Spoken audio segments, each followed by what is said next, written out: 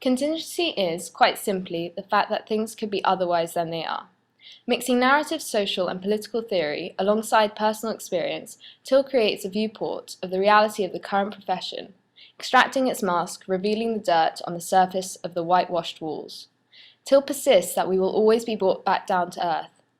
Modern architects have an illusion of order, denying its counterpart, disorder. However, this symbiotic relationship will always exist, and it is only within the black box that you can break it. What does architecture depend on? Architecture should open up to dependency, not as a threat but as an opportunity, that the inescapable reality of the world must be engaged with and not retreated from. The subject is one that has been argued and questioned since Plato. Plato despises the architect because the actual architect, and even architecture itself, are exposed to contingency. He believes in a pure and ideal world without external dependencies. Vitruvius continues this principle. Architecture depends on ordinatio, the proper relation of parts of a work taken separately, and the provision of proportions for overall symmetry. Till challenges the modernist theories of architecture, shooting down their egos in immodest statements. Le Corbusier states that to create architecture is to put into order. The postmodernists, on the other hand, are modernists without illusion, living outside the black box of the practice. As Venturi recalls in an interview, architects should now acknowledge the complexity, contradictions, and ambiguity of life. The black box is a metaphor for the isolation of the contemporary architect from the outside world. In order to further analyze, understand, and finally support Till's theory of mess is the law, we decided to create a physical intervention running through the process of creating a design, gaining planning application, whilst experiencing its difficulties, acquiring a health risk assessment, and finally its construction. Engagement with different groups of people from the local council, the university, the students, the head of the campus, and the workshop assistants reflects boldly how architecture can never be a lone, independent discipline. A white cube at a smaller scale is a manifestation of contemporary architecture's detached realm stuck within the black box, which over time has come to disassociate itself with any external contingencies. Within this sterile laboratory, the choices made are designed with predetermined conceptions for the final building. The disregard of the complexity and the contradictory nature of contemporary culture in favor of beauty may lead to an insensitive design. Architects must not cling to notions of total control, rather let the imperfections of social, political, and environmental situation and flux of life seep into the black box and shape the building's function. The aspect of control is something architects are scared to lose, as not to jeopardize the linear, ideal vision for the building. Before constructing the white box, we had to negotiate with the council to place it in town. They required knowledge of this 6 months in advance and £5 million of insurance. We could not help but laugh at this. Its whiteness symbolizes the purity it begins with after construction. However, this is not where the architect's role ends. Over time and through use, it will slowly deteriorate and weather.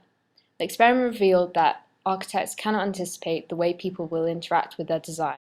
Jeremy Till's humorous anecdotes and active storytelling ground the perception of architecture to everyday life and uses it as a method of drawing out time. The text is accessible to both architects and non-architects. He externalizes the reality of the insular and exclusive profession and practice in order to project his theory further and enhance its impact. His central message is that architecture must engage with the inescapable reality of the world through acceptance and understanding. In that awareness is the potential for reformulation of architectural practice. He has authority as he uses his own experiences within the world of the practice, profession, and education to justify his anti-aesthetic views and claims. Whilst architecture is fundamentally known to be a visual discipline, by including few to no images, Till believes there has been a preoccupation with form and technique, isolating architects from the people. Architects have to move beyond appearances and into the potential for social and political improvement.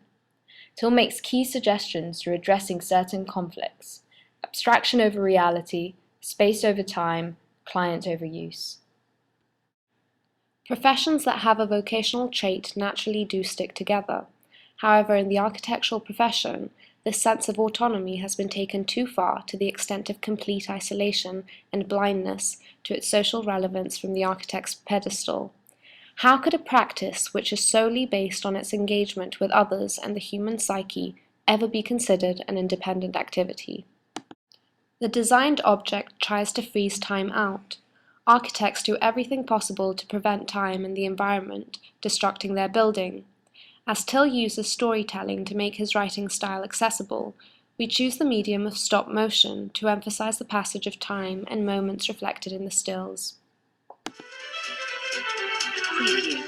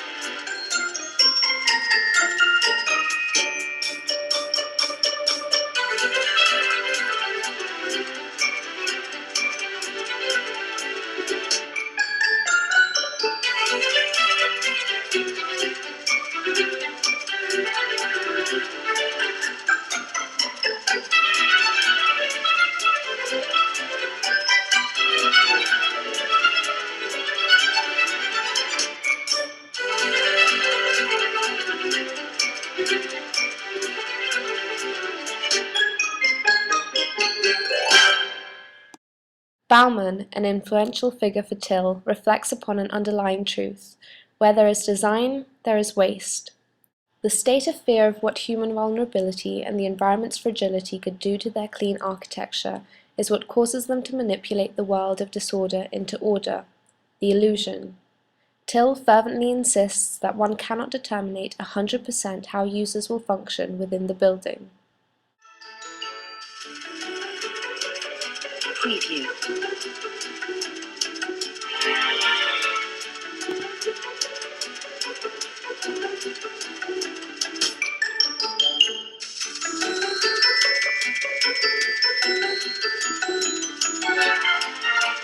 Preview.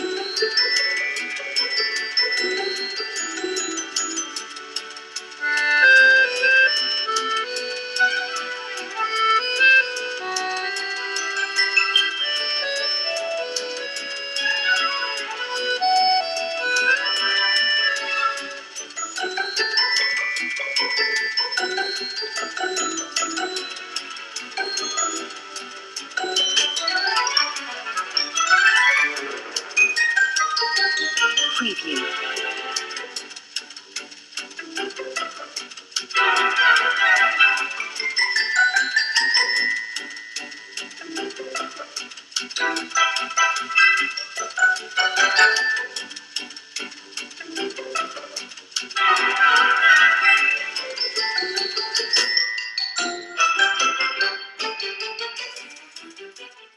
Subconsciously, as architects, we imagine the way people would interact and react to the white cube we designed. We visualize people being interested in the structure and possibly taking ownership by spending time in it. However, unfortunately, that was not the case. Architecture has moved towards an intellectual vacuum and away from learning through engagement and practice. Till suggests a way to bridge this gap between what architecture is and what architects want it to be. Till continues to reinforce that architects have to remember their humanity and sensitivity in the spatial design too. That space can no longer be seen as an abstract and geometric category.